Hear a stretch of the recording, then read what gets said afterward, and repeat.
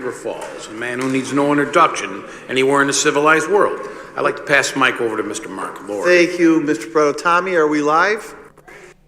We're live, and now, Dr. Farrar, we have about 115 million viewers right now for this presentation, so just no pressure. I just wanted to start by congratulating Mr. Macri for the great job he's doing. Every 5 minutes, I'm going to congratulate Mr. Macri on the great work he's doing. Mr. Macri, you're doing such a good job. I don't know what we've ever done without you. Congratulations, Mr. Macri. On a very serious note, I want to, and I know we'll end the meeting this way, but I want to start the meeting and recognize our friend who we lost on Tuesday night, Owen Steed. I want to dedicate our work tonight to him and dedicate everything that we do for kids tonight to Owen Steed. He was my friend. He was our friend. He was a good man. He was everyone's friend. He was a good man. He was a leader. He was a father beyond belief. I've never seen someone with love for their child and care for their child as a father like Owen. Makes me want to be a better father. We really lost a good friend to all of us. He did everything with dignity, class, and he was a lot of fun. And I just I want to hold him in our memory tonight and continually, and hopefully we'll have a chance to talk about him on and on. But I can't start a meeting. I can't start a meeting without remembering Owen. So Owen, you know, we're thinking about you and praying for you, and we're especially praying for his son Owen Jr. And for his strength, and for Owen's sister. So thank you very much for allowing me to start like that. I'm excited. We have our friends for BOCES here tonight. Before I introduce Dan, you should sit up front. Really, you really should. Who's that guy? I don't know, Dan. I don't know. That's Dan Conley, Mr. Macri's colleague at BOCES. That's, you know, great job again, Mr. Macri, though. Thank you. And I know Dr. Farrar will introduce Melanie Conley, the school business official, but I just wanted to say something before Dr. Farrar came up. It has been such a breath of fresh air, such an enjoyable time working with Dr. Farrar and BOCES. And I really want to compliment her and congratulate her on a year and a half almost. But you have brought dignity and class to the organization, and the changes that you're making are welcomed and appreciated. And I'm so glad that you are the superintendent of BOCES. And you've done a wonderful job coalescing everyone together in the county and in Orleans County, and getting us together and getting us information, which is what we need. And you're our conduit from Albany and State Ed. And you do a wonderful job on that. So I want to thank you and congratulate you and say we're super glad you're here. So without any further commentary, we want you to come up and do your thing. How is the BOCES representative doing from our board? Okay, or? Okay, thanks.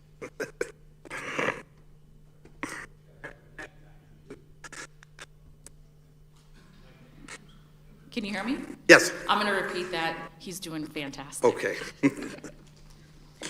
So we are here today to share with you some of the changes that are occurring with BOCES. We've spent a lot of time this past year and into this coming school year building our capacity to serve our component districts and our students the best that we can. Tonight I have joining us is Dr. Melanie Conley. She's our Executive Director of Business and Operational Services. And then we have Dan Conley, no relation. He's our Director of Facilities. And I'm Dr. Farrar, District Superintendent.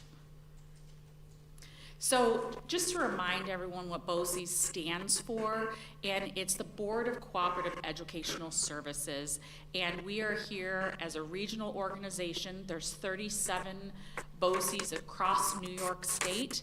There potentially might be a 38th one in New York City boroughs, which is in conversation, but currently right now there's 37 BOCES. Specifically for Orleans Niagara BOCES, our mission is to really serve the component districts and other learning collaboratives. And that really talks about the adult education community that we also service. From a geographical perspective, we have 13 components that we service. 3 of our districts are in the Orleans County, and that's where our district office hub also is at, in the Orleans County, Medina specifically. And then the other 10 component districts are in Niagara County. And then we also have our other CTE center in Sanborn. So I know you can't maybe see all of this, but this is the 13 component districts, and this is just a really good snapshot of the enrollment and the square footage. We have 13, again, component districts, and we have just under 30,000 students that we service. And I talked about this today when we met with all of our superintendents to put it into comparison. CA BOCES, which is one of the 4 BOCES that's in our JMT, they have 22 districts and they serviced just under 15,000 students. But their square mileage is, that they cover is 3 times. So it's good to put this in perspective. So Niagara Falls and your enrollment is just over the 6,000 students. We, just like you, have a Board of Education. We have a Board of Education that governs BOCES, and we have 13 board members that represent 13 of the component districts. So it's great. We're unique in comparison to many other school districts in that, or other BOCES, in that we have the representation from every one of our components. So since my arrival, we've really tried to create some very specific departments within our organization to really focus and hone in on services to be able to provide to our component districts. And this is a sample of how we've carved out our different departments. We've got educational services, special program, CTE, and adult ed. We have our business and operational services, labor relations, and human resources. So talking again about our 2 different career centers, we have one in Orleans and then in Sanborn, the Niagara Career and Technical Center.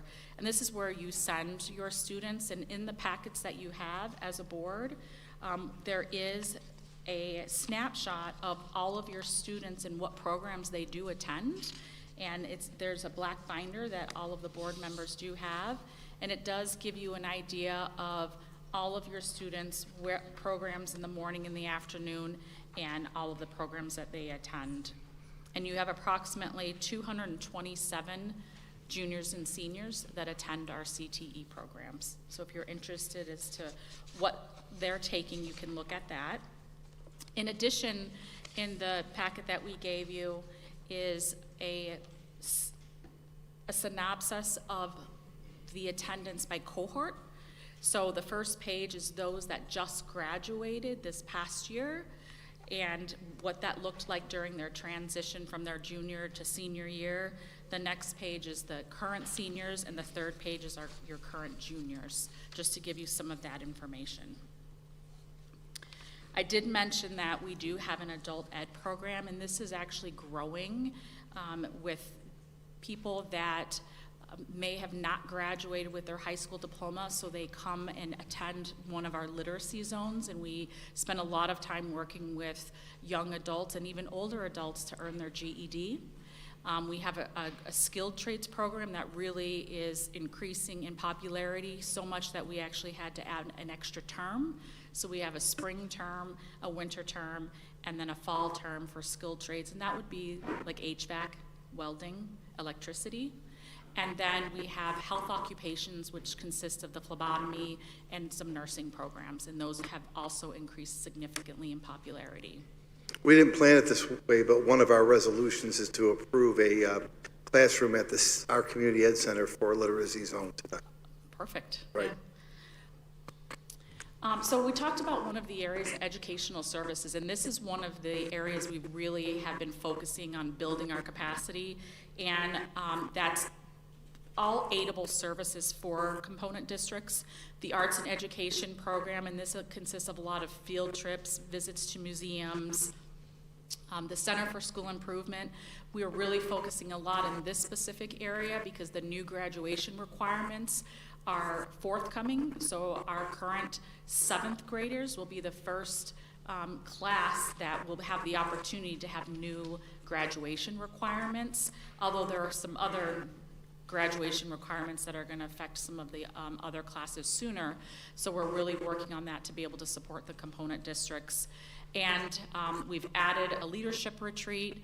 We've added early college access, which is a huge opportunity where if you as a district are paying for the college courses in its entirety, if you go through BOCES, you'll get aid back not only on the tuition, but the teacher who also is teaching those classes. So we're working on that right now.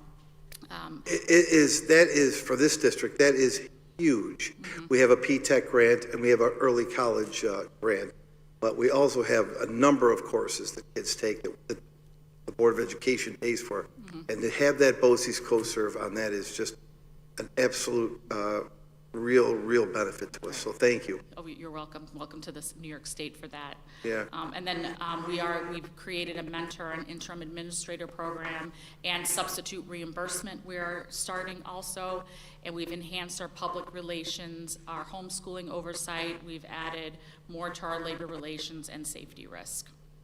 So half of our budget is special and alternative educational program and services, and we've got some lead administrators that oversee those programs, and we have classrooms that range from 1214 to 613s to 611s and 1211s, and all of the related services and the ancillary service that go with all of those programs. Niagara Academy is our alternative school that many of you are very familiar with, but we have middle and high school alt ed and special ed programs housed in that building. We have 2 other secondary sites, Godfrey Learning Center and Orleans Learning Center, and we are continuing to expand on those programs. Roy Hart, we have programs there. North Tonawanda Learning Center, Niagara Wheatfield Learning Center, we have our primary grades. For North Tonawanda Learning Center, many of your students do attend the programs, and also in your packet, there's also a sheet that gives you a breakdown of where all of your students attend and which programs, so you can see that. But our lease is ending with North Tonawanda Learning Center. So we're in a position now to where we're going to be expanding our footprint to other areas. And we currently have 70 students and 74 staff at the North Tonawanda Learning Center. Unfortunately, there is not one sole location that we're able to occupy, so we are spreading out. So the places that we're going to be heading to is we are expanding our Niagara Wheatfield partnership. We currently have 3 classrooms there. We're going to be adding 1 more for a total of 4. We're starting a new partnership, renewing a partnership because we've had one previously, but with Newport Learning Center, we are going to be having 3 classrooms there. And then Ransomville Learning Center, which is in the Wilson School District, and then Tonawanda Creek Learning Center, which is on Tonawanda Creek in Tonawanda, so that's in pretty close proximity. With these expansions to these new locations, we are adding some programs. We're going to be adding a suspension classroom and an alternate ed class at the upper intermediate level, so the 5th-6th grade level. So here's a map so you can see the 2 new locations, 1 and 2 on the map, and then 3 and 4 are going to be our new footprints in terms of our classes for the 26-27 school year. Some of the benefits of the new locations is that there's a lot more space. Currently, the programs are expanding and we don't have a lot of space, so it gives the opportunity for our staff to have larger classrooms, to have a faculty room, to be able to have a space that they can meet, to have gym time, and actually access to a gym, and some sensory rooms and ample parking, and we're looking at adding a playground with some grant funds at the Tonawanda Creek Learning Center. So we're really excited for these additional opportunities and to collaborate. So what does that mean? And so I've talked about the change in locations and programs, and our goal is to always be integrating students. That's actually an expectation from New York State, that we integrate to some fashion versus a sole segregated. So that's been a focus. But with that comes an impact on budget, and I'm gonna let Dr. Conley talk about that briefly. And before I go, just in your packets, you have all of the program guide for our CTE, and then also our service guide in your packet. But Dr. Conley is going to talk about the impact on the budget. Okay, good evening, everyone. Oh, sorry, go back to this. So what this means is all of our component budget, school districts, they vote on our administrative budget. So with these expansions, there is an increase in our admin budget. When we initially looked at it, it was going to be a 19% increase. We did reevaluate it. Dr. Farrar and I looked at it. We were able to make some changes. One of them was an additional attorney, but we moved that over to the Labor Relations Department because that's primarily what they're going to be doing, is servicing our component districts under that COSER. So the bottom line is that we came then down to a 10.86% change in our admin budget. That admin budget is portioned out to the component districts based on your RWADA, your resident weighted average daily attendance. That is the portion of the budget that the component districts do vote on. If there are any questions, I'd be happy to answer them in regards to the budget. Okay. And then if there's any questions overall on the presentation. So we usually, I think it's April when the BOCES budget is voted on. Correct, yes. And we will certainly make sure that if we have questions prior to that, we'll let you know. Please do. Dr. Farrar, to put you on the spot just for a second, I know you are in a lot of communication with the Commissioner's office with respect to Portrait of a Graduate. Yes. And we spend a lot of our time at our superintendent's meetings talking about the staff development and components of the changes that are coming forward, and you referenced the seventh graders. So just if you could just share a little bit of how that information is coming down from the Commissioner's office to you, to us. I think it might be interesting because the district is really going to delve very deeply into this very soon. So I go to Albany monthly and meet with the commissioner and their team, her team, and we review, and it's always been a topic of conversation about the new graduation requirements. And so we learn all that information as DSs, and then I come back and share with all the superintendents. I share also with our educational services, Dr. Barstas, who oversees that specific department, to also then share out at all the curriculum. We share it then so that it's also shared out at SEAC. So we do try to get out the information as much as possible. And what's happening with the New York Inspires, that the way SED is taking their approach is to slowly sprinkle in the new graduation requirements. So right now at the Board of Regents, that's pending, are two pieces of the New York Inspires related to a requirement for personal finance, Right. and a requirement for climate education. Right. So those two pieces are very tangible, and once the Board of Regents in March adopts those new changes, more information will come out to the field. And then currently what they're working on is going to be a universal transcript for graduation, so that whether if you're on Long Island or upstate or here in the Buffalo area, the transcript will be similar. So they're working on that currently, and then more will come out related to the credits and the different pathways that will be options for students versus taking Regents exams. As well as the assessments to gauge whether there's proficiency, mastery at the level of a Regents. Correct. I'm really pleased with this district that, you know, we've had personal finance for, I think, 3 or 4 years now, in 9th and 10th grade. I think we're in good stead there. Climate, as I understand it, can be integrated into existing courses. It's just Science courses. Science courses. Yes. there's probably going to be ways to integrate that, and our curriculum team will be part of making sure that that's a mandate that's fulfilled. Correct. Right. I think it's exciting, and I think it's very forward-looking, and I look forward to hearing and seeing more about what's coming up. Questions for Dr. Ferrara's staff? Sure. With the skilled trades cohort, what are your thoughts on bringing the 10th graders into that? I know it's an expanding, I know it costs more, but when we had a trade school many moons ago, 40, 30-some years ago, we had our Trop vocational school. It used to be 10th, 11th, and 12th. The ninth graders used to be at junior high still. We actually, this year, piloted that 10th grade opportunity at the Medina site, and next year we're bringing it to the NC Tech side, so that is a program that now is available for 10th graders.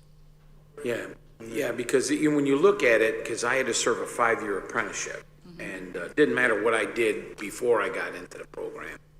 And because it was a national program and it was brought through the, all over the United States as the same program that I had to go through, you need that extra year, I think, to like, especially get the tech courses down, the tech maths, all that stuff you need, gases for HVAC and welding, and then of course the electronic end of it, you have to get all the little figures and all that algebra you need.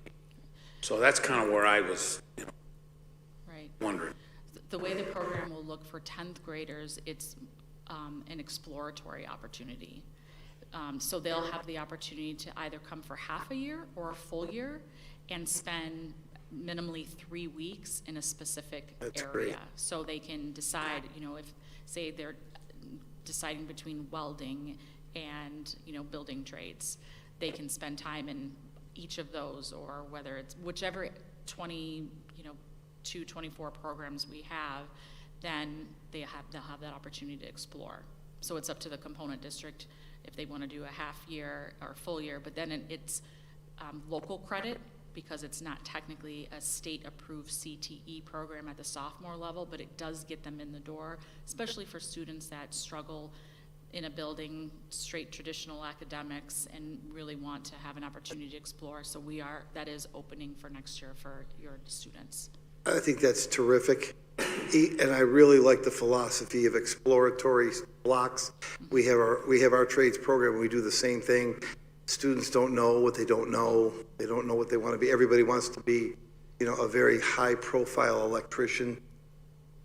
They all, and they don't know, and that exposure to multiple trades is the way to go. So I'm really, really, really pleased to hear that. That's long overdue. Yes. So thank you. Other questions? Yeah, Dr. Ferraro, maybe you could be kind enough to expound a little bit about what night courses we're having here in Niagara Falls on 6th Street. What night courses we have? We do have the welding, and we have the nursing. We do have the machinery, but we're looking to move that back to the NC Tech Center, just for space and proximity. Yes. And the literacy program? And the literacy program, yes, that's also available. Good. So that we are, for the older people, we're giving them a second chance to come back to high school and get their GEDs and pick up a trade right here in Niagara Falls, right on 6th Street. And there's a lot of grants available to help cover the costs of that, so if you know anyone that may be interested, or you can send them in that direction, and there's a lot of grant opportunities that could cover it almost in its entirety too. I just wanted to brag about our student board member, Arjad, because she's just an exceptional student and an exceptional representative of our district. But she's in a BOCES program. It's Allied Health. I like to put her on the spot too. Yeah, I take Allied Health too with Mrs. Trapasso down at Niagara Falls Memorial. How do you like it? It's been great. I mean, really the hands-on learning part, something that a lot of kids struggle with. If you don't have that real world experience, you don't know if you really want to go into that field. And I think just joining BOCES really helped me strengthen the fact that I wanted to go into the medical field, because it happened to my peers. There were a couple of girls in my class actually that ended up realizing that maybe the medical field isn't for me. Right. But imagine if they realized that way too late. So, Yeah, yeah. that's great. It's a good point, right? The earlier you learn that, the money you save and the time you save. So, how are your grades, by the way, in that class?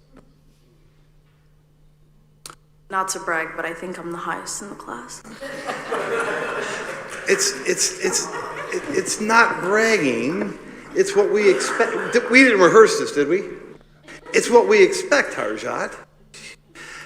No, she's just top of the top, and we're pleased. But I just thought it was ironic that she's a BOCE student, and you're in allied health, and I know you'll make a great career out of it. Are you set with that career? Okay, Wonderful. great. Well, thank you for the opportunity. Oh, thank you for Appreciate the your opportunity. Thank you. As I said, you have really brought a breath of fresh air and really brought some innovative, new thinking, and we appreciate it, and we'll continue to support you in every way we can. Thank you. We appreciate it. Have a wonderful night. Thanks, Doc. So I just wanted to thank you, Melanie and Dan. I wanted to again take a minute to congratulate Mr. Macri on the great job he's doing. Isn't he, Dan? Thank you, guys. Thanks. We do need to have just a brief review of our agenda. Thank you for pulling it up, Ray.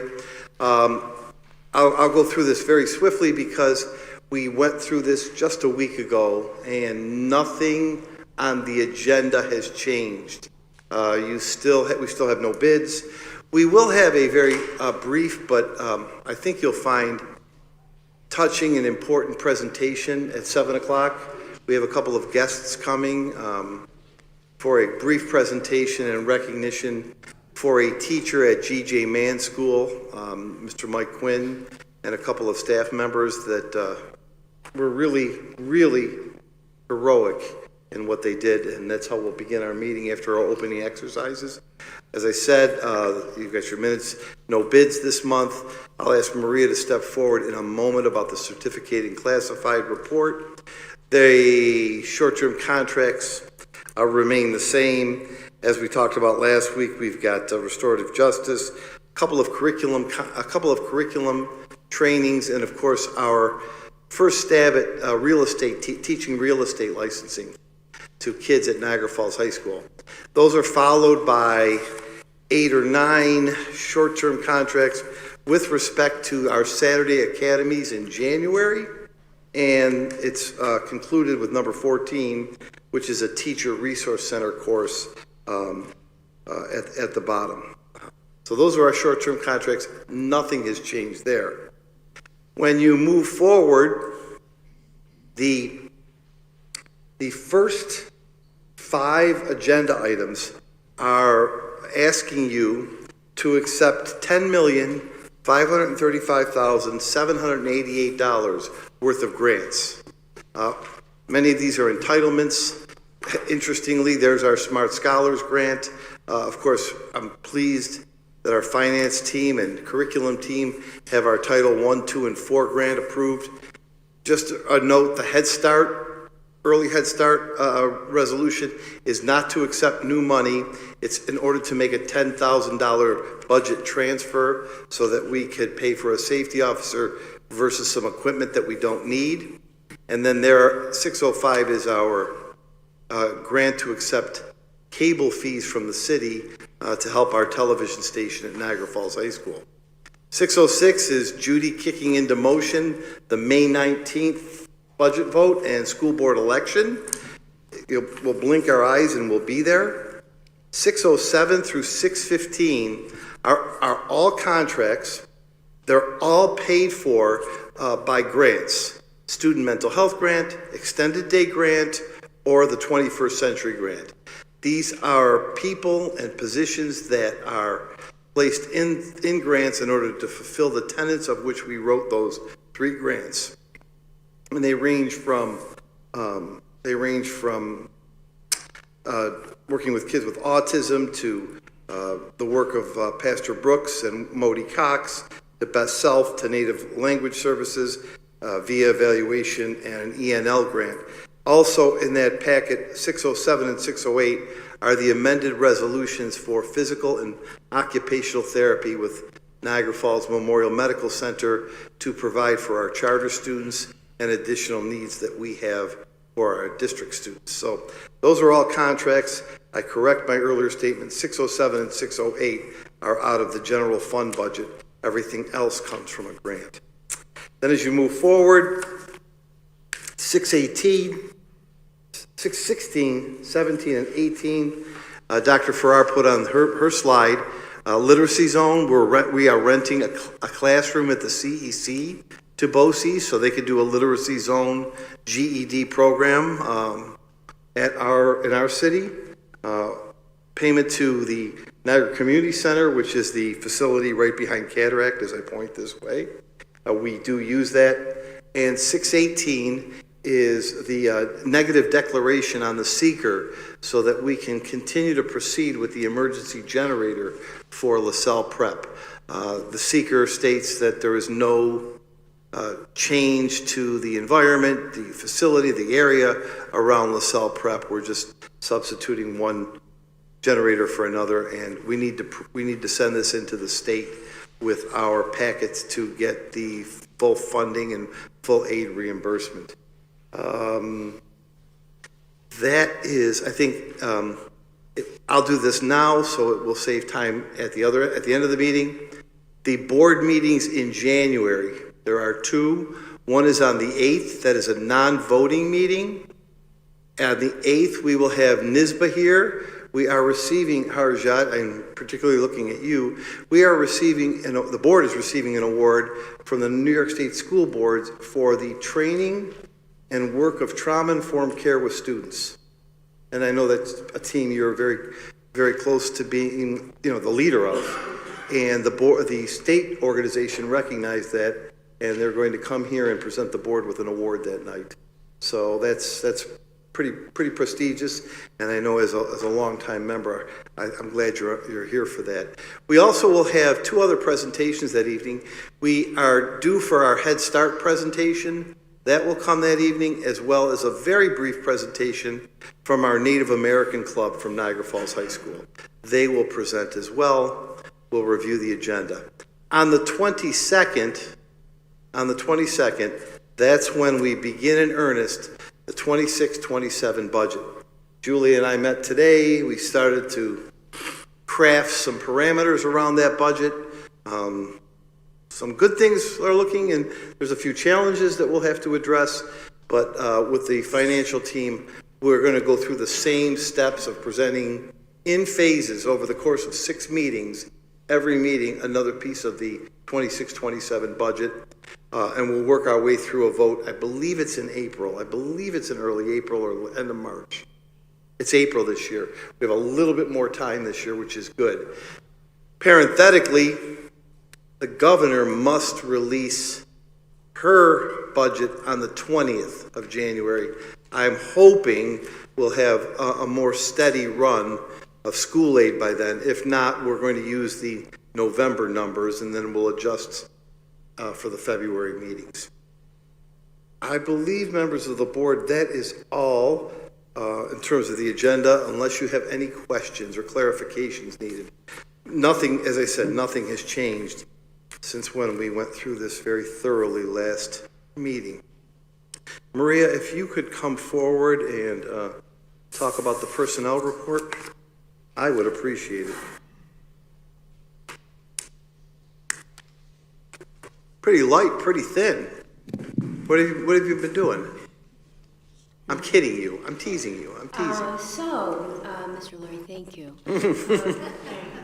If you look at the certificated report, I believe we have on page 2 of 8 at the top, we have the appointment. This is the new items that you've had since last week. an appointment of a regular substitute special education teacher, and some additions to schedules B, C, D, E, F, and G. Other than that, there isn't anything much different on the certificated report. Moving on to the classified report, we do have some significant items on the classified report. We have one additional resignation on page 1 of 7, but I'll draw your attention to a provisional appointment on page 2 of 7. I don't know if Mr. Lloyd wanted to make any notes on that. Maybe On page 2 of 7, yeah, Mr. Pareto, when we get to page 2 of 7, I'd like to, after you get it on the table, I'd like to talk about item Roman numeral 5 for a moment on that report before you vote. Okay, I'll ask for your permission to speak at that time, but I'd like to talk about number 5. Then we have some additional appointments of a Head Start teacher assistant, a part-time cleaner at Abbott, and a leave of absence to take other district employment, which you'll see on page 5 of 7. There are no additions to the extracurricular work for the classified staff. Does anybody have any questions? Thank you. Okay. Members of the board, I'm going to ask for an executive session with no action to be taken at the conclusion of the executive session. There are 8 items that I'm asking for your approval for executive session. 4 of the items are for personnel matters which may lead to the appointment, employment, promotion, or transfer of a person. And 4 of the items are with respect to the demotion, discipline, suspension, or dismissal of a person. So there's 4 on the appointment side, 4 on the discipline, suspension, or dismissal side. No action taken after this meeting. That is the reason that I would like to have an executive session, and those are permissible under the rules of executive session. Second. All in favor? Aye.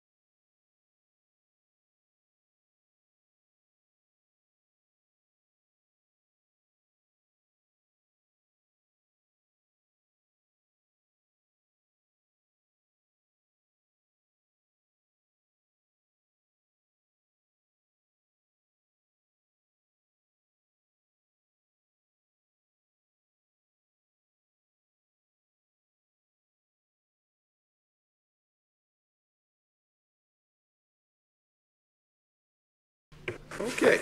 I'd like to call this meeting to order. We stand for the Pledge to Allegiance. Dear Lord, thank you for this day, for guiding our school board and community through this year of learning and service, for the challenges overcome and wisdom gained as we close this school year, the year 2025. Bless our students, teachers, staff, and families with rest, renewal, and joy. Grant us strength and clarity for the year ahead. As we live through this holiday season, praying that the love you show us will gleam on the outside of our hearts. Amen.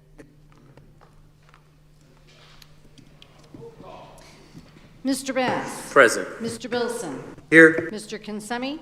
Mr. Capizzi. Mrs. Dunn. Mr. McLeod is excused. Mr. Petrosi. Mr. Velardo. Mr. Pareto. Ms. Cower. 8 present, and our ex officio present. Okay. Letters of communications. Special recognition for Miss Kate Edwards and Mr. Ezra Scott. We turn the mic over to Mr. Mark Laurie, Superintendent.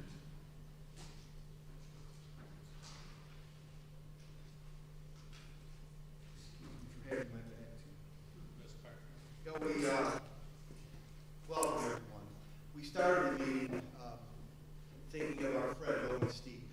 And again, I want to tell everyone how heartbroken we are by the loss of our good friend. And everything we did tonight, will do tonight, do for kids, we want to remember Owen. He was a great man. He was a good friend. He worked with us. He worked for us. He worked next to us. And most importantly, I never saw a man care for a son the way Owen did. And he should want us all to become better fathers. So please keep Owen in your hearts and your thoughts. And I know we will adjourn the meeting in his honor along with some other people. But I do want to mention my friend Owen Steve and what a terrible loss this community suffered in losing our friend. So Godspeed to Owen. On a different matter, but one just as serious and just as really touching, I would like to talk a little bit about Geraldine Band School. And I'd really like to ask Mr. Quinn. Mr. Quinn, you here? Would you come up here with me? Could you join me? Mr. Briglio, could you join me?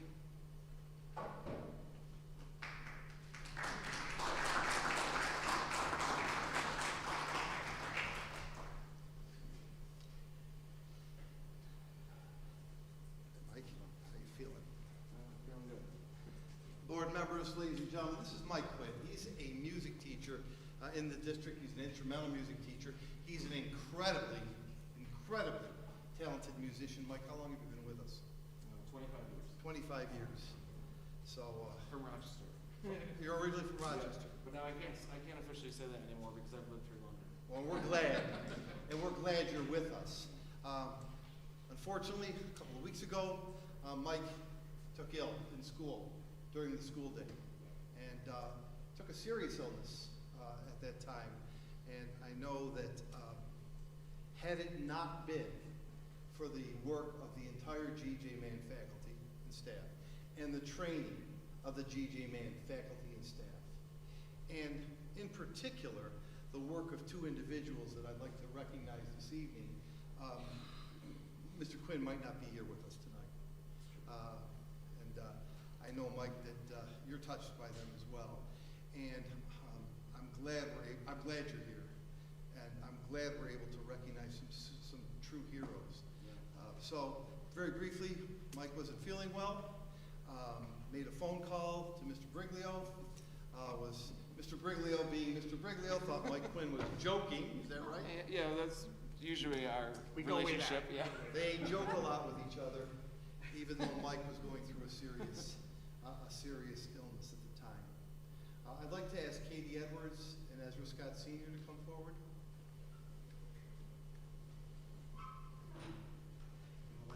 Yeah. Come on up.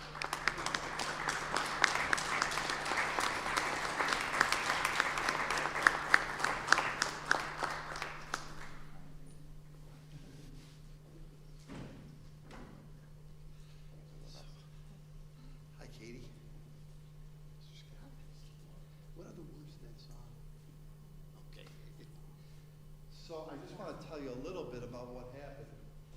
Through the quick thinking and quick action of first Katie and then Mr. Scott, Mr. Quinn stands here looking healthy, fit, strong, hands are moving, playing the piano, playing the guitar. Mrs. Edwards was working in an after-school club. Immediately sprung into action to get to Mr. Quinn and make the proper calls to 911, to react with just ease of thinking and quick thinking in order to get those paramedics and those first responders to his attention. At the same time, Mr. Scott was attending to Mr. Quinn, and Mr. Scott was there as a comfort and a source of support. And I'm not afraid to say this in a public school because it should be said. He brought the presence of the Lord to Mr. Quinn. And through the thinking and fast action of Ms. Edwards, the calmness, the spirituality, the prayer of Mr. Scott, Mr. Quinn looks as good as he is today because of those things.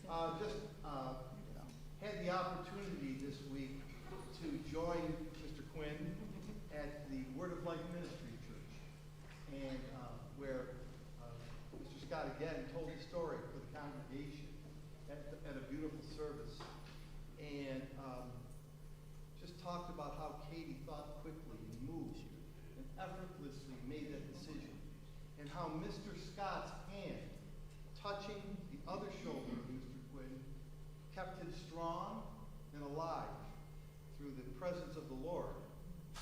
And he's here because of these two people and a lot of hard fought work on your behalf. So I just, we talk at this time of the year and talk about thanksgiving and praise and gratitude and belief and love and care. And we teach kids, and we're here for all of that. But we're also here for each other. We're also here for each other, taking care of each other. And this family took care of that family to help us have a great music teacher continue in our district. I'm just overwhelmed by the staff we have. We have tremendous staff who would do that for any child, any other staff member. And I really applaud you for using your training, your calmness, and your spirituality to bring this man to where he is today. So, Mike, you want to say anything? I just no words. It was just the strangest thing around. And without that, I wouldn't be here. So. I had the opportunity to attend the service, and Katie was on the move, and Scott was the calmer. Can you talk about what he did? When he put his, he asked if I believe in God, and I said yes. Because Katie was giving the fireman the doors. So just me and him. And he said, he prayed for me, put his hand on my shoulder. All my symptoms and stuff went away for that bit for like maybe the next, like, I don't know, 4 or 5 minutes. So I can communicate with the fireman and everything. Remember I said, I said, you're connected. I remember that. And it actually came out. It came out right. So I was like, I knew everything was happening when it was happening, but I couldn't say things right. It was just amazing. His hand on your shoulder brought you words to tell the paramedics to keep you alive. And, it's an amazing story from a couple of amazing people who did such wonderful things. And I was moved at the Word of Life ceremony when Mr. Scott told the story, and you accepted that. Yeah. And I'm not in any way shy about bringing this forward to a public school because it is what we need to have more of. And, you can do or say what you want, but this is what we're here. This is what we're here for, not just for kids, but for our family too. So, Katie, anything? actually thought that Mr. Briglio was playing a joke on me because it was my birthday. Oh, right. So, Typical Briglio, yeah. as he thought Quinn was playing a joke on him, I thought he was playing a joke on me, and the band was going to sing happy birthday to me. But no, that was not the, different. yeah, it was, so yeah, it was like a trickle effect, yeah, but. So far, we've got Quinn and Scott heroes, Wrigley was a jokester. That's what I know so Can far. I add one little piece I think You is can. really funny, ties it all together? Yes. So Quinn honestly was able to call 911 to his credit. Katie didn't know that, so Katie calls 911, and she's been battling on the phone with the 911 dispatcher because they're going, "We're coming to get Michael." And she's like, "What? No, Quinn. I'm calling about Quinn." Where everyone calls Michael Quinn. I don't think anyone. I knew his name was Mike. Yeah. I don't think anyone knew his first name was Michael, but it's Quinn. It's true. And I'm a last name person myself. Yeah. They just call him Quinn. Yeah. Mr. Scott?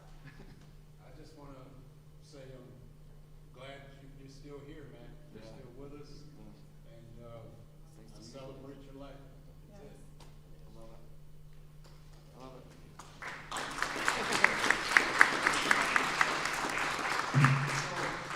You're not walking away. Quinn said in church about the Scots, he said, "Wouldn't you tell everybody Which part? he's connected?"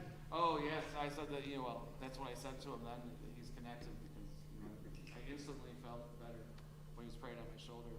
And at the end of what I said, I told the whole congregation, because it was an awesome ceremony, I said that they're all connected, because that was, you saw that. Yep. That was awesome.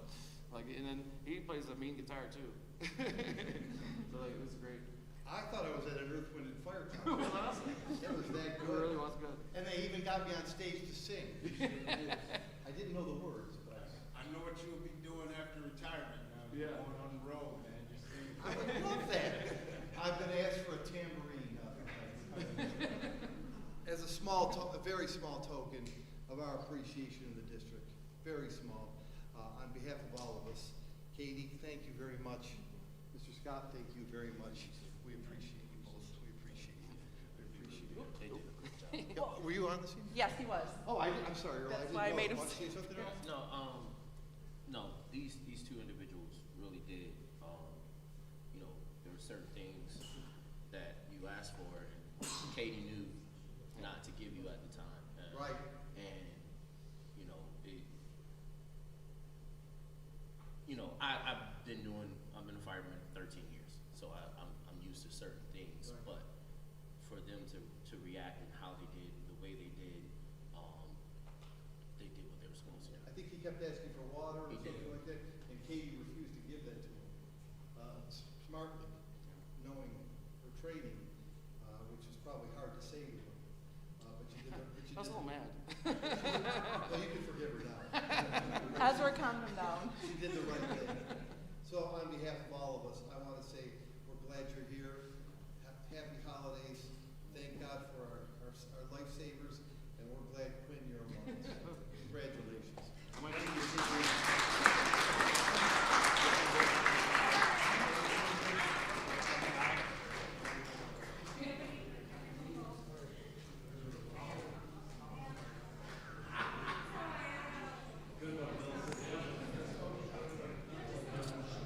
That's it. That's it. You didn't put that together tonight? That's it. That's funny.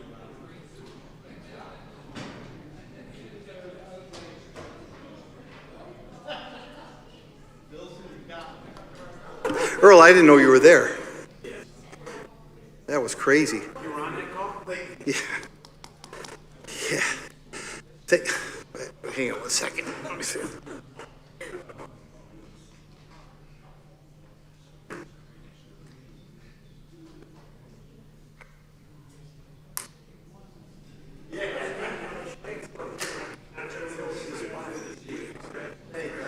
I never said everything I did is wrong. Thanks. Oh, Bilson, that's the best. You're the best. That message is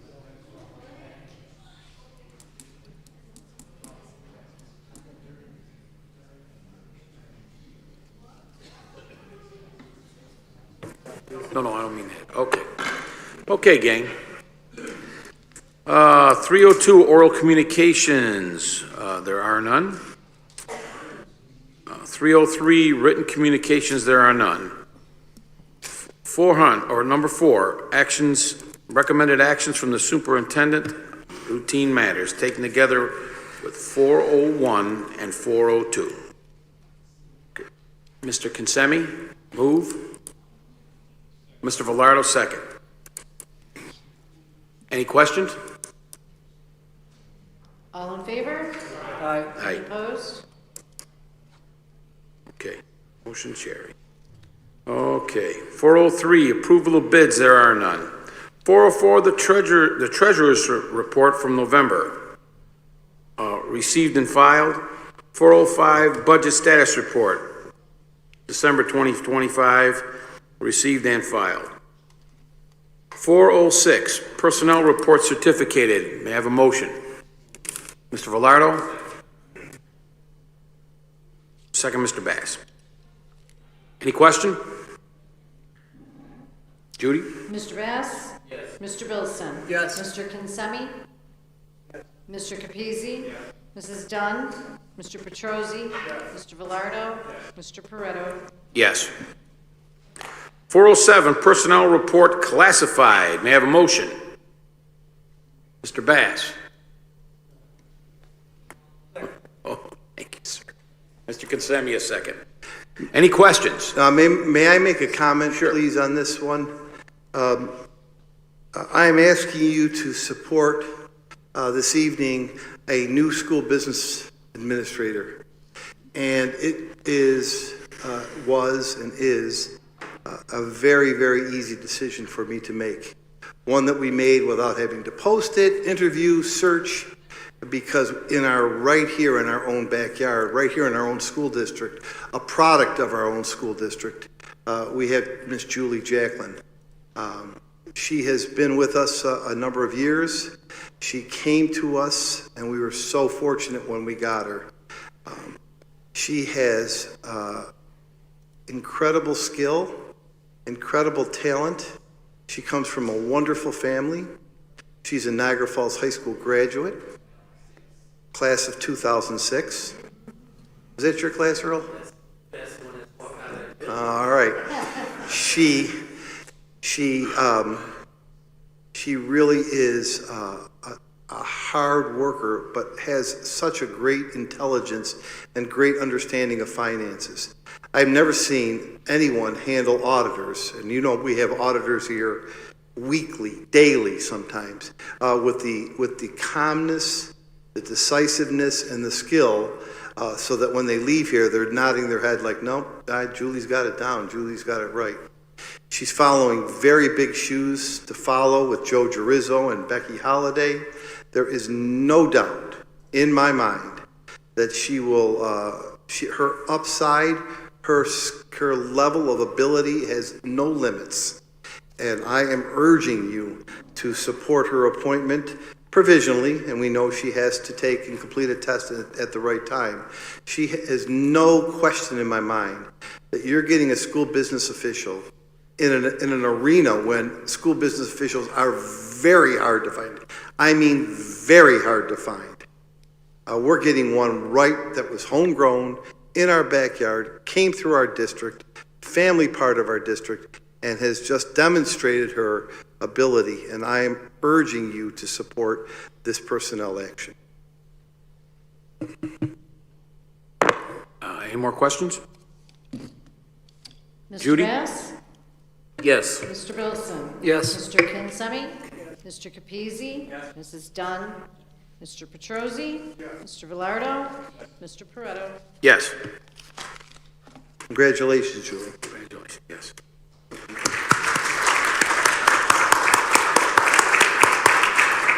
Now let's get that budget done tomorrow for next year, okay? Let's go. Get up to your office, start working on it. I don't care how many feet you have. Let's go. I'm kidding. I'm teasing you. Okay, 408 and 409 taken together.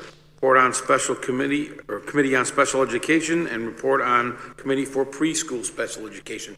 Mr. Consemi, move. Second? Mr. Bilson. Any questions? Judy? All in favor? Aye. Any opposed? 410, short-term contracts. Go through these quickly. Number 1, Ready Math. Number 2, Lake Superior Realtor. Number 3, Niagara Alliance for Restorative Practices. Number 4, Curriculum Associates, Keeping Momentum. Number 5, Marie McLeod, Saturday Academy. Number 6, Challenger Learning Center. Number 7, Challenger Learning Center. Number 8, Buffalo Zoo. Number 9, She Drums. Number 10, Fun Buffalo. Number 11, Families Aim Towards Excellence. Number 12, LMC Impact. Number 13, IGRA Saturday Academy with Henna Designs. Number 14, Jonathan C. Irwin for TRC Course Classroom Choice. I have a motion. Mr. Consemi. Second? Mr. Velardo. Any question? Judy, please. Mr. Bass? Yes. Mr. Bilson? Yes. Mr. Kinsemi? Mr. Capizzi? Mrs. Dunn? Mr. Petrosi? Mr. Velardo? Mr. Pareto? Yes. 411, Head Starts Report. Motion. Second. Mr. Petrosi. Mr. Bilson, second. Any question? Judy, please. All in favor? Aye. Any opposed? Number 5, unfinished business. We have none. Number 6, new business. We're going to take items 601 through 605. 601 is approval acceptance of funds for University Pre-K. 602 is an approval of acceptance of funds for early college high school. 603 is Title I Part A and Title 2A and Title 4. Number 6 is approval for amendment 2025-26 Head Start Early Head Start Grant. 605 is acceptance of funds from the city from the operation of the Our Schools channel. May I have a motion? Mr. Bilson. Mr. Velardo, second. Any questions? Judy. Oh, sorry, go ahead. For the record, maybe our superintendent would like to expound on that and how many dollars it's involved with what we just voted on. Sure, that's over $10 million worth of grants we're accepting here, grants or entitlements. Obviously, Title I, II, and 4 are the biggest amounts. That's about $6 million that we get from the federal government. I'm pleased to say that that money continues to flow, and I hope that that continues. We receive money from your cable taxes, and that money goes right from the city to us to the OSC TV studio at Niagara Falls High School. And the other one that was on there was just an amendment for Head Start. And the last one was early college. The early college grant allows us to pay for kids to attend Niagara University, and we pay their full tuition amount. So all total, tonight you're accepting over $10 million worth of grants that will help kids across the district. And I'm glad that that money continues to flow, and we need it, and we will put it to good use. Any more questions? Judy, please. Mr. Bass? Yes. Mr. Bilson? Yes. Mr. Kinsemi? Yes. Mr. Capizzi? Yes. Mrs. Dunn? Mr. Petrosi? Yes. Mr. Velardo? Yes. Mr. Pareto? Yes. Okay, moving on. 606, approval of school election procedures, polling sites, and designation day and time for a public hearing on school budget vote. Judy. Oh, sorry. For Judy. I'll be all right. Okay. Mr. Petrosi, Mr. Velardo. Sorry, I had Judy on the mind on that one. Quite all right. All in favor? Aye. Any opposed? Thank you. Okay, we're going to take items 607 through 615. Okay, 607 is approval with an agreement with Niagara Falls Memorial. 608 is a approval with Niagara Falls Memorial on-site physical therapy. 609 is approval for professional services between Marcus Tomir, psychologist. 610 is approval of consulting services between the city district and the Because I Tried Enterprises. 611 is the contract between the district and Makita Brooks. 612 is a contract for Best Self Behavioral Health Incorporated. 613 is a contract with Native Language Service, LLC. 614 is a approval for a contract via evaluation for professional grant evaluations. 615 is a contract for the Researchers Foundation, the State University of New York, for professional consultant services. May I have a motion, please? Mr. Consemi, second. Mr. Bilson. Any questions? Judy, please call the roll. Mr. Bass. Mr. Bilson. Yes. Mr. Consemi. Mr. Capizzi. Mrs. Dunn. Mr. Petrosi. Mr. Velardo. And Mr. Pareto. Yes. Okay, we're going to take 616 and 618 together. 616 is the lease on the classroom with Niagara Orleans BOCES. 617 is the use of facilities by the Niagara Community Center. 618 is the resolution with the for state capital improvement for the generator at LaSalle Middle School. May I have a motion? Mr. Velardo, second. Mr. Bass. Any questions? Judy. Mr. Bass. Mr. Bilson. Yes. Mr. Consemi. Mr. Capizzi. Mrs. Dunn. Mr. Petrosi. Mr. Velardo. Mr. Pareto. Yes. Okay, review of proposed policies. We have none. Number 8, information reports. Oral communications. This is the part where we speak on the non-agenda items, and we have 2 speakers. And the speaker, first off, is Dr. Tina Schultz.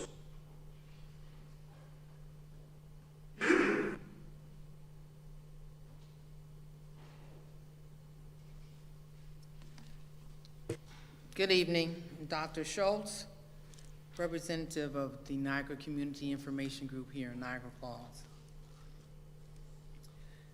2 years ago, this month, NCSD came forward to sound the alarm about the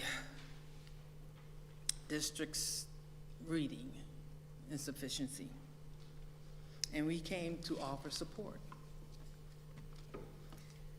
That was 2 years ago.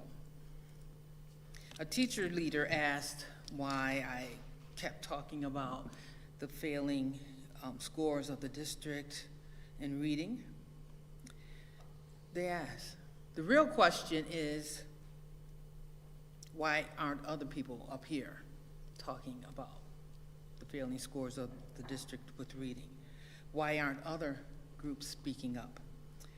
Why aren't other people such as business owners who need people able to read in order to do the jobs that are out in the community?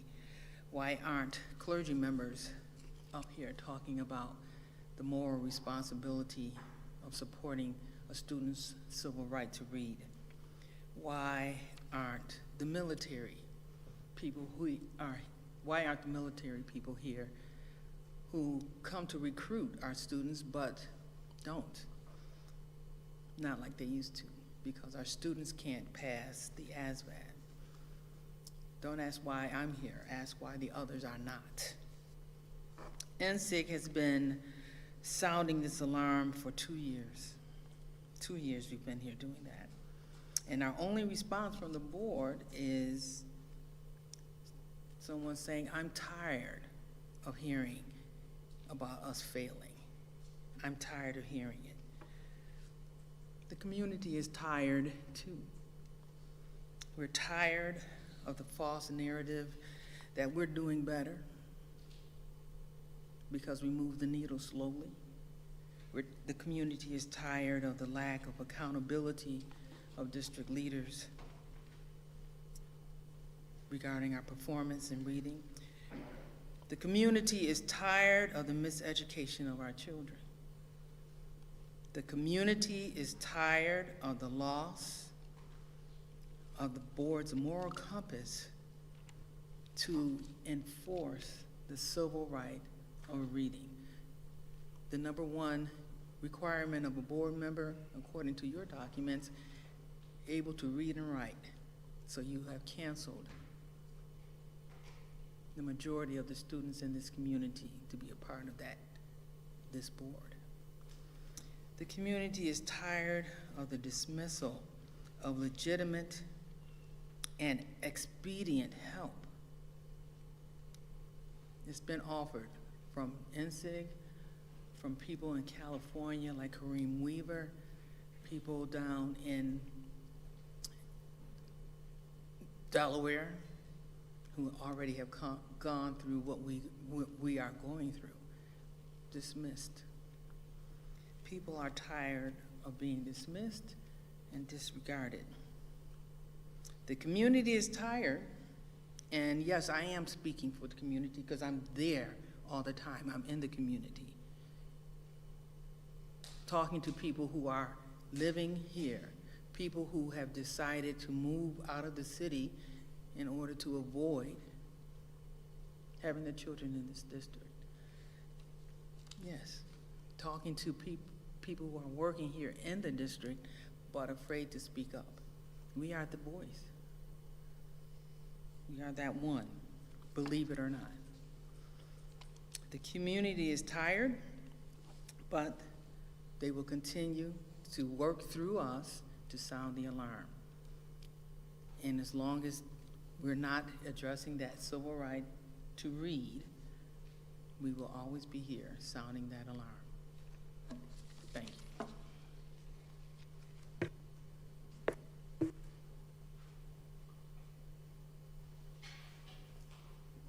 Okay, next speaker is, I believe it's Sharon Bailey.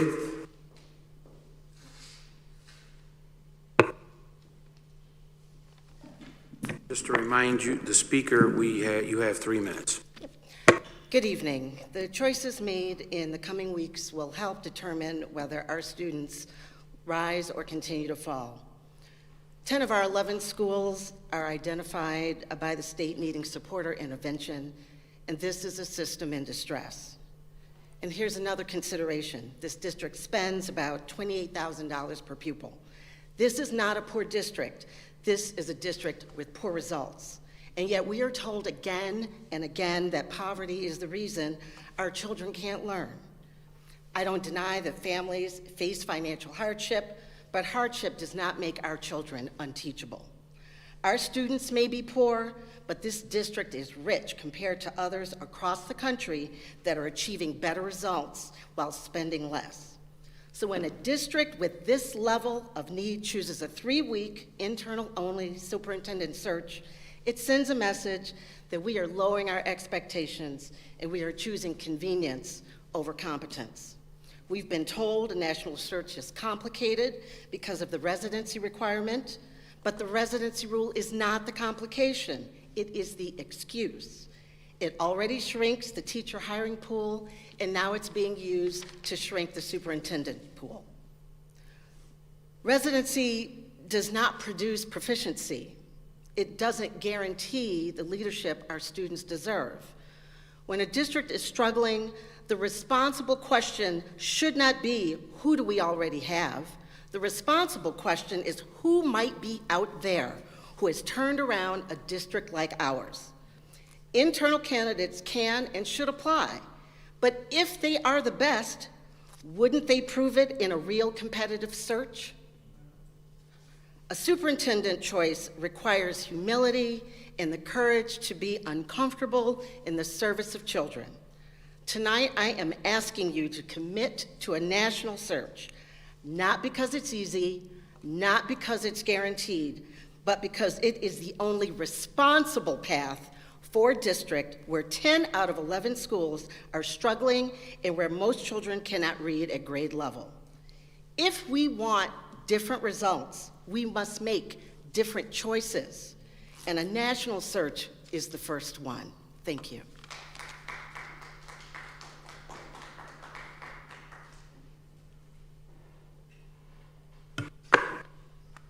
Okay.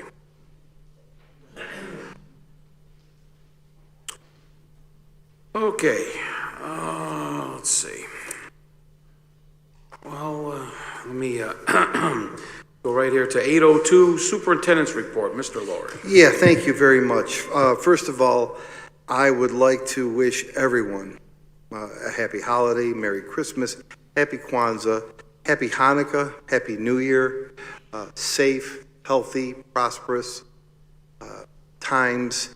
It's a good time for a rest. Enjoy your family, enjoy each other, and really, let's all just take it down a notch and just recharge ourselves and enjoy this joyous season. So I wish everyone the happiest of holidays, and I remind everyone that on January 5th, we will be back to work and back to school for our students and ready to go to start 2026. Had a chance to go to Cataract today, and it doesn't cease, it never ceases to amaze me. I saw totally Buffalo Cares there. Just at Cataract alone, they distributed 500 individual gifts to each one of the students. Each student came up, received a gift, went back with a huge smile. That was just at Cataract. This was replicated at 5 other schools. This is just totally Buffalo Cares. This doesn't even begin to touch on the VFW, the firemen, the police. I'm going to start forgetting groups when I start naming them. But it's just a community that rallies and supports our kids. And I just want to say to all of them, thank you very much on behalf of our children for making their holidays a little bit brighter and a little bit better. All you had to do is look at the faces of those children today and how excited they were, and it makes you feel really good. So thanks to all the community groups, not-for-profits, teachers, administrators, everyone involved in making those things happen. Really nice that Harry Abbott has a theater company. They put on Annie Jr. It was a great show. I want to thank the Boys and Girls Club for helping and partnering with the district to sponsor that show. It was really well done, and we've got some talented thespians in our midst. This was an interesting thing that came across. Wasn't 2006, Mr. Bass, but it was. This was a 2022 graduate I found. We had a 2022 Niagara Falls High School graduate named Tyler White. He attends St. Bonaventure University. He plays Division I rugby. And St. Bonaventure won the national championship, the collegiate national championship. Tyler White, a Niagara Falls High School student, was on that team. So, I'm a little partial because 2 of my children went to St. Bonaventure, but congratulations to Niagara Falls graduate Tyler White, who is a national champion in rugby. I know back when you played rugby, Mr. Petrozzi, it was a different sport, but it's a little bit tougher of a game right now. Congratulations, Tyler. We have a DECA club, and it's really been infused by one of our Niagara Falls High School teachers named Stash Kafis. He's a business teacher at Niagara Falls High School. The DECA club competes, and we have a team that has 38 members on it, and we competed against 700 students across Western New York. It's kind of one of those Shark Tank type competitions to defend your position and defend what you're doing. We had 8 Niagara Falls High School students make it to the States from the DECA Club. I just wanted to congratulate Daniel Hostler, Restaurant and Food Service Management, Eddie Beckles, Marketing, Natalie Karski, Apparel and Accessory Marketing, Saram Hassan, Marketing Management, Peyton Caffey, Personal Financial Literacy, Amaya Cowart, Quick Service Restaurant Management, and Carson Scott, retail merchandising.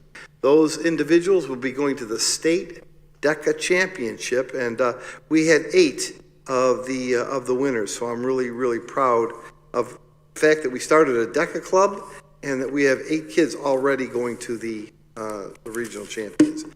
I am really thankful and have so much gratitude for our board and our district, and wish all of you the safest, happiest, and healthiest holiday season. Thank you very much.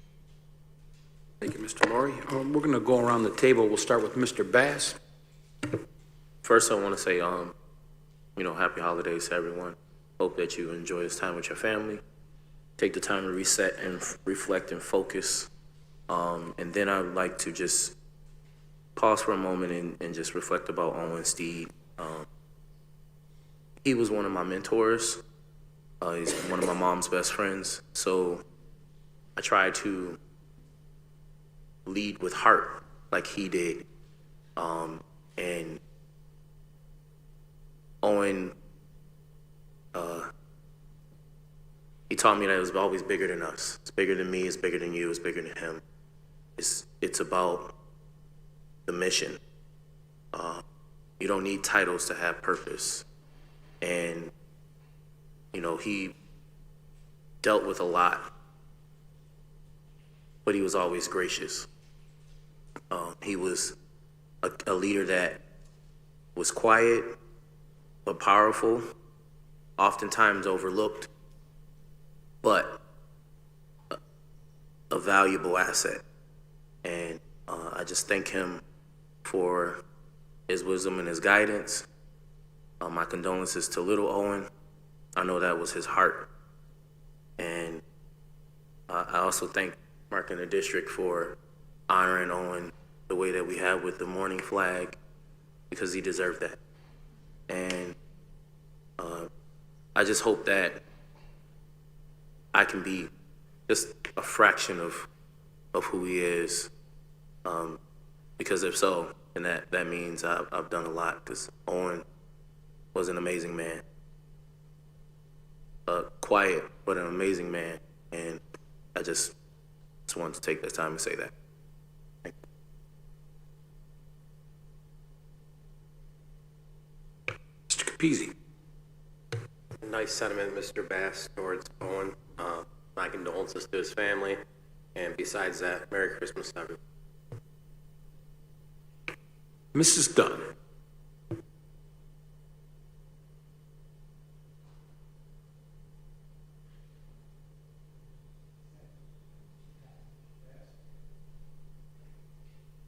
Arjat. May everybody have a great transition into 2026 and happy holidays.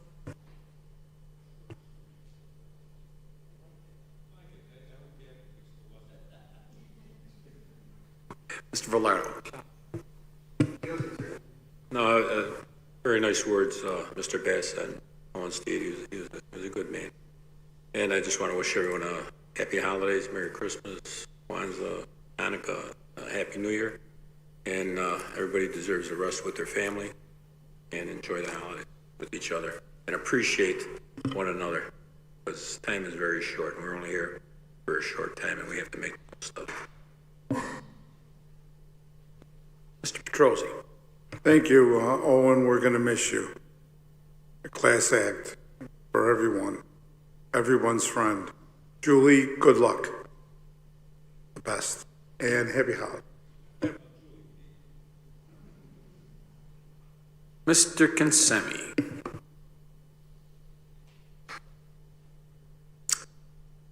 Owen was a very special person. We used to rib each other that we were brothers from different mothers. Many times Owen would come into my store. I never knew which hat he had on, but he always made you feel comfortable. He always made you feel like it was for the betterment of this community, and he was always trying to make it a better place for all of us to live. Owen was a wonderful man. He was a great father. He lived a lonely life sometime. He was a great member of the Niagara Falls Education Foundation. He was a great member of the political community. Where do you stop? And he was always quiet, never boastful. You'll be missed. All of you, please have a holy and a Merry Christmas. My reflections are next. Spend as much time as you can with your family because life is way too short. And for all of you who are achieving higher steps, Julie, McGlynn, Mike, I thank you for making our district better. Thank you, Tony. Mr. Bilson. I'll also send my condolences to Owen's family, Mr. Steed's family. Terrible loss. I didn't know him well, but I will tell you that as a 47-year-old adult that loves WWE and WWF wrestling, Owen and I, every time there was a pay-per-view, Owen and I would chat on Facebook about who our favorite wrestlers were. He was a really, really cool guy, and I always appreciated that. I hope that he appreciated it too, because we knew wrestlers nobody else knew. So it was fun to talk about the Ultimate Warrior and Hulk Hogan and all those guys. So it was nice to have a partner in wrestling. Congrats to promotions, or Julie, congratulations. I wish everyone a very Merry Christmas, Happy Holidays. All of our staff, be safe on your time off, and recharge, refresh, renew for 2026. Enjoy yourselves, because it's going to be a wild one, I think. 2026 is going to be an interesting one. Okay, I'll try to keep this brief. Owen Steed, I met him about 20 years ago, and he was a quiet man, but his actions were louder than words. And what he did for the community, his district, when he served as a Niagara County legislator, he was always a very good man, and he had a heart as big as the state of New York. And it will be missed. I was shocked when I heard the news. He had passed. I could always joke with him. I loved giving him that big hug. I would always give him a big hug because I was a little taller than him, but he gave you a powerhouse. And, my condolences to his family, especially this time of the year. It's a terrible loss. I'm almost speechless for it. But hopefully he's looking down on us right now. We have a smile out of his face because we thought a lot. This board thought a lot of him. The community thought a lot of him. And he will be sadly missed. Okay, on a lighter note, way to go, Julie. You're going to be great. All right? And everybody at the table, you've done an admirable job as we come to the end of the year. You guys work hard. All you teachers out there that are listening in TV land, you do a great service to this community and this district. And this board appreciates you. I know I do. I want everybody to have a happy holidays, Merry Christmas, and Happy New Year's. And, like these gentlemen and ladies have all said, the important thing is that we stick together. Spend time with your family, because without your family, you have nothing. And if your family are extended into friendship, it's good to have that. And even though it's Thanksgiving is past, I'm very thankful to be with you. I'm very thankful to be a part of this community and this district. And I'm very proud to serve you. And so on that note, I'd like to adjourn the meeting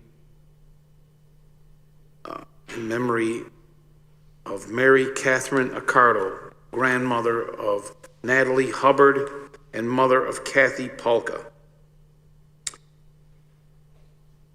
Annie Hicks, sister of our beloved Clara Dunn.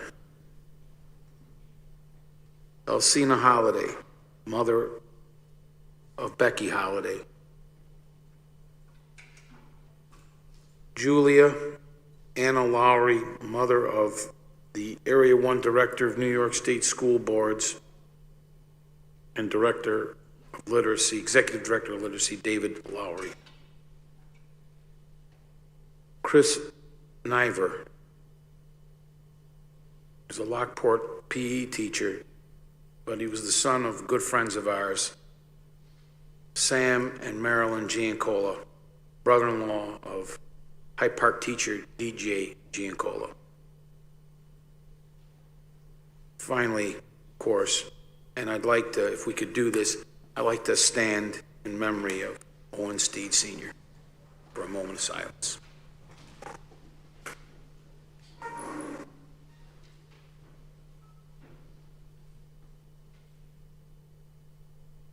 Thank you.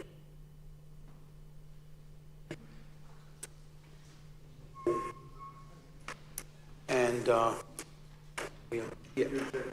we have to continue our executive session, and there will be no vote taken.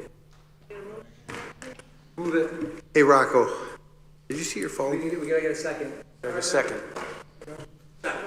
Mr. Capizzi. Second by Capizzi. I'm not, you do.